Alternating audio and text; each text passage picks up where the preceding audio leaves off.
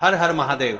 आप सभी लोग जानते हैं कि 24 सितंबर 2025 यानी बुधवार को पड़ रही है नवरात्रि के पावन पर्व की आश्विन माह की तृतीया तिथि और विशेष दिन है, जो आश्विन मास में पड़ने वाली सबसे बड़ी तिथि है, क्योंकि यह आश्विन मास पड़ने वाली है और इसका बहुत ही बड़ा और विशेष महत्व होता है। विशेषकर मेरी माताएं बहनों से निवेदन है, आज की इस कथा से कान खोल करके सुन ले। सब लोग अगर कभी भी मौका लग जाए और आश्विन मास की नवरात्रि के पावन दिन हो और विशेष बुधवार का दिन पड़ जाए, साथ में तृतीया तिथि पड़ जाए, तो आप लोगों को या फिर आपके घर के किसी भी एक सदस्य को ये एक पीपल के पत्ती में राम लिखकर एक दीपक वाला उपाय तो अवश्य ही करना चाहिए।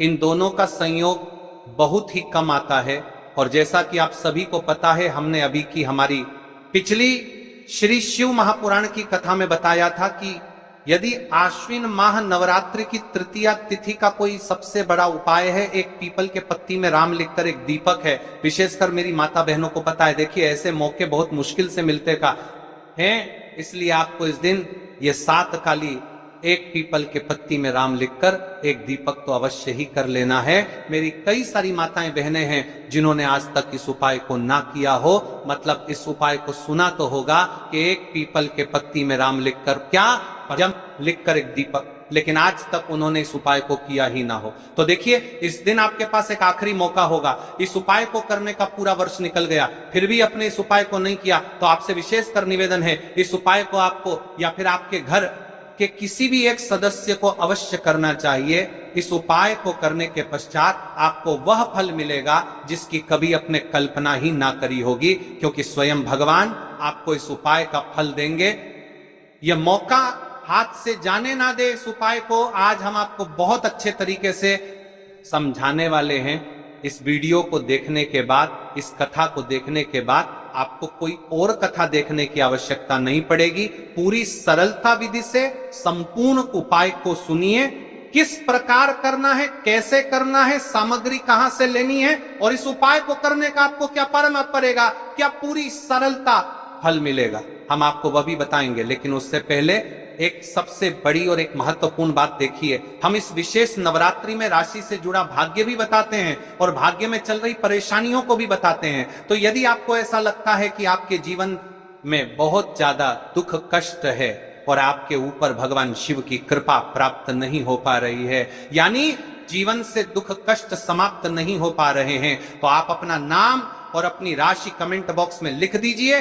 हम अगले वीडियो में आपकी राशि से जुड़ा भाग्य अवश्य बताएंगे। अब बात कर लेते हैं उपाय के बारे में महाराज। तो देखिए, जो आश्विन महीने की तृतीया तिथि बुधवार नवरात्रि के पावन दिन पड़ रही है, यहां महाराज इतनी महत्वपूर्ण होती है कि देखा गया है जो मनोकामना बड़े बड़े पूजा पाठ अनुष्ठान से पूर्ण नहीं होती, वह केवल और केवल इस उपाय को इस एक पीपल के पत्ती में राम लिखकर एक दीपक आश्विन माह की तृतीया तिथि नवरात्रि का तीसरा दिन के दिन करने से पूर्ण हो जाती हैं।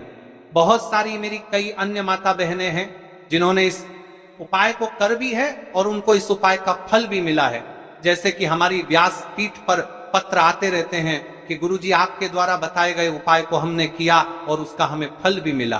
तो देखिए, जो सबसे बड़ी और विशेष माह तिथि रहती है, उस तिथि पर यदि उनके विशेष उपाय किए जाएं तो भगवान भी प्रसन्न होते हैं और हमारे जीवन में चल रही परेशानी और समस्या भी समाप्त होती है।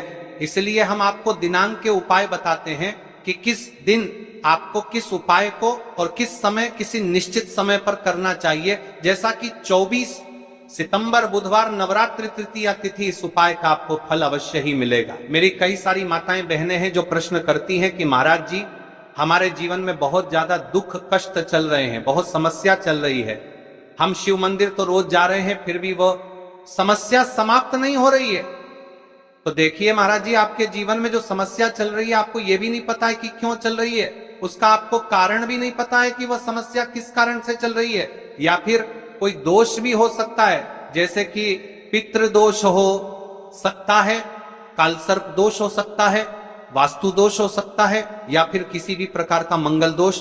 तो इस दिन यदि आप लोग ये वाला उपाय कर लेते हैं तो महाराज जी ये वह उपाय है जो आपके सारे दोषों को समाप्त कर देता है और धन संबंधित परेशानी को समाप्त करता है। माता लक्ष्मी का घर में स्थायी वास होता है। देखिए महाराज, यदि हम इस उपाय को करते हैं तो इसका फल तो हमें प्राप्त होता ही है, साथ में यदि हम किस विशेष दिन पर कर रहे हैं, किसी विशेष तिथि पर, तो उसका फल भी हमें प्राप्त होता है। यानी कुल मिलाकर आपकी सारी समस्या समाप्त होगी। तो चलिए अब हम उपाय की ओर चलते हैं। उससे पहले एक महत्वपूर्ण बात, यदि मेरी माताएं बहनें सुन रही हैं, आज मेरी पहली बार इस आवाज को या फिर इस कथा को और चैनल पर नए हो तो चैनल को सब्सक्राइब कर दें और रोज के उपाय देखने के हर हर महादेव अवश्य लिखें। तो देखिए, ये जो आश्विन माह की नवरात्रि तृतीया तिथि पड़ रही है, इस दिन इस उपाय को किस प्रकार करना है, किसको करना है, कब करना है, सामग्री कहां से लेनी है, ये संपूर्ण बातें हम आपको वीडियो में आगे चलकर बताएंगे। इस कथा में आगे चलकर बताएंगे। कल जिन माता बहनों ने कमेंट किया था अपनी राशि से जुड़ा भाग्य जानने के लिए, आज वे लोग जान लो अपनी राशि से जुड़ा भाग्य। कल की दो विशेष राशि है, तुला और वृश्चिक राशि। सबसे पहली बात कर लेते हैं तुला राशि के बारे में। देखिए, आश्विन माह की नवरात्रि तृतीया तिथि का दिन आपके लिए बहुत शुभ रहेगा। विशेषकर आपको भगवान विष्णु की पूजा विधि करनी चाहिए और एक पीपल के पत्ती में राम लिखकर एक दीपक को आपको कल अवश्य करना है। अब बात कर लेते हैं वृश्चिक राशि के बारे में। तो देखिए, आपके जीवन में जो भी समस्या चल रही है वह सारी समाप्त होगी। रोज नवरात्रि में एक दीपक मध्य रात्रि में अवश्य प्रज्वलित करें। अब दोस्तों, हम बात कर लेते हैं एक पीपल के पत्ती में राम लिखकर एक दीपक बारे में। आखिर इस उपाय को आपके घर में किसको करना है? तो देखिए, यदि आपके घर का कोई ऐसा व्यक्ति है जो अपने पूरे घर परिवार के लिए करना चाहता है तो वह अवश्य करे। घर का कोई ऐसा सदस्य है कि वह अपने मनोकामना के लिए इस उपाय को कर रहा है तो वह भी कर सकता है। यानी पूरे घर परिवार के सदस्य भी कर सकते हैं या फिर कोई एक भी कर सकता है। ठीक है, लिए हमारे इस YouTube चैनल पर आते रहे एक बार कमेंट बॉक्स में। तो चलिए महाराज, अब हम उपाय की बात कर लेते हैं। सबसे पहले समय के बारे में बात करते हैं, यानी कि आपको कितने बजे से लेकर कितने बजे के बीच में करना है। तो देखो, सुबह जितनी जल्दी हो सके आप उपाय को करने की कोशिश करना। बाकी अगर किसी कारणवश लेट भी हो जाओ, थोड़ी देर भी हो आए, तो 10 या 11:00 बजे तक भी आप उपाय कर लेना, पर 12:00 बजे से ज्यादा देरी ना हो। ठीक है, इस बात का ध्यान रखना। उसके बाद में दोस्तों, अगर शाम के समय प्रदोष काल की बात करें, प्रदोष काल का जो समय है होता है वह शाम के 6 बजे से शुरू हो जाता है। मतलब शाम के 6 बजे से लेकर 7 बजे के बीच का जो समय होता है, यह समय प्रदोष काल का समय होता है। तो आप इस उपाय को 7 या 8 बजे के बीच में भी कर सकते हो। मतलब शाम के 6 बजे से रात 8 बजे के बीच में आप कभी भी इस वाले उपाय को कर सकते हो, उसमें कोई भी दिक्कत वाली बात नहीं है। हमें किसी भी दिन आपको पीपल के पत्ते पर राम लिखकर बहुत छोटा सा उपाय करना है। ऐसा समझ लीजिए, जितने भी आपके शत्रु हैं, जो भी आपके विरोधी हैं, दुश्मन हैं, जो आपको हर तरफ से परेशान कर रहे हैं, अब उन शत्रुओं की अकड़ निकलेगी। शत्रु का किया कराया भी तुरंत हट जाएगा जब सोमवार में आप इस छोटे से उपाय को करेंगे। तो देखिए, आज की वीडियो विशेषकर उन लोगों के लिए ही है जो अपने जीवन में शत्रुओं से और दुश्मन से बहुत ज्यादा परेशान हो चुके हैं। देखिए, जगत जननी मां जगदम्बा का हम सोमवार में पूजन करते हैं और उनसे जुड़े हुए उपाय करते हैं।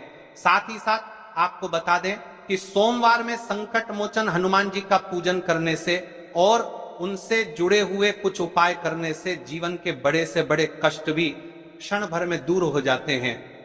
तब बहुत कम समय में आपके शत्रु और आपके विरोधी आपके जीवन से दूर हो जाएंगे। आपके दुश्मन लाख कोशिश करने के बाद भी आपका बाल भी बांका नहीं कर पाएंगे अगर आप सोमवार में इस छोटे से उपाय को कर लेते हैं।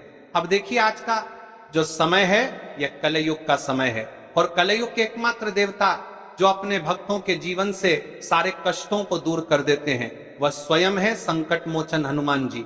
और संकट मोचन हनुमान जी का पूजन अगर आप सोमवार में करते हैं और उनसे जुड़ा हुआ यह छोटा सा उपाय अगर आप सोमवार में किसी भी दिन कर लेते हैं तो ऐसा समझ लीजिए आपके जो शत्रु हैं, आपके जो विरोधी, आपके जो दुश्मन हैं, ये किसी भी तरह से आपको परेशान करने का प्रयास कर ले, आपका बाल भी बढ़तर है, आपका बाल भी बढ़तर है।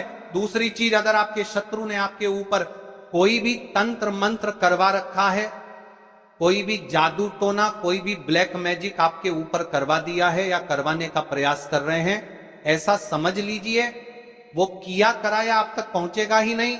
और अगर आप तक पहुंच गया है, कोई भी ब्लैक मैजिक तुरंत हट जाएगा जब आप इस छोटे से उपाय को सोमवार में करेंगे। देखिए, उपाय छोटा है लेकिन बहुत महादिव्य चमत्कारी है।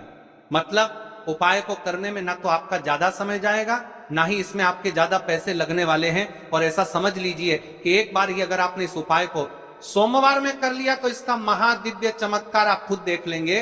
तो सोमवार के जो 9 दिन होते हैं ये बहुत ही सिद्ध दिन होते हैं। मतलब सोमवार के दिनों में 9 माता रानी हमारे घरों में आती हैं, अपने भक्तों के जीवन से कष्टों को दूर करती है। 20 भी है।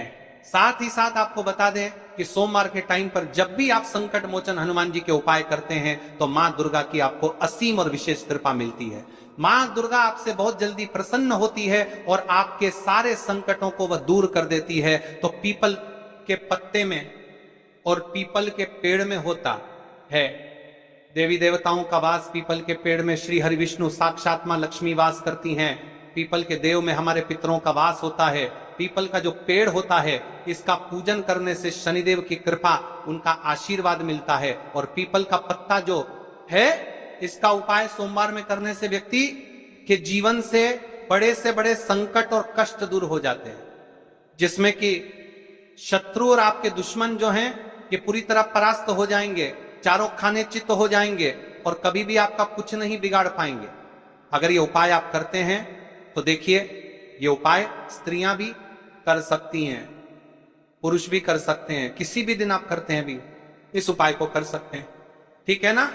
इसमें दिन आपको नहीं देखना है कि किस दिन करें, जिस दिन आप चाहो उस दिन इस उपाय को आप कर सकते हैं। तो सोमवार के दिन आपको पीपल का पत्ता तोड़ना नहीं है, उससे एक दिन पहले ही तोड़कर आप पीपल का पत्ता ले आ, या गिरा हुआ जो पत्ता होता है पीपल का वो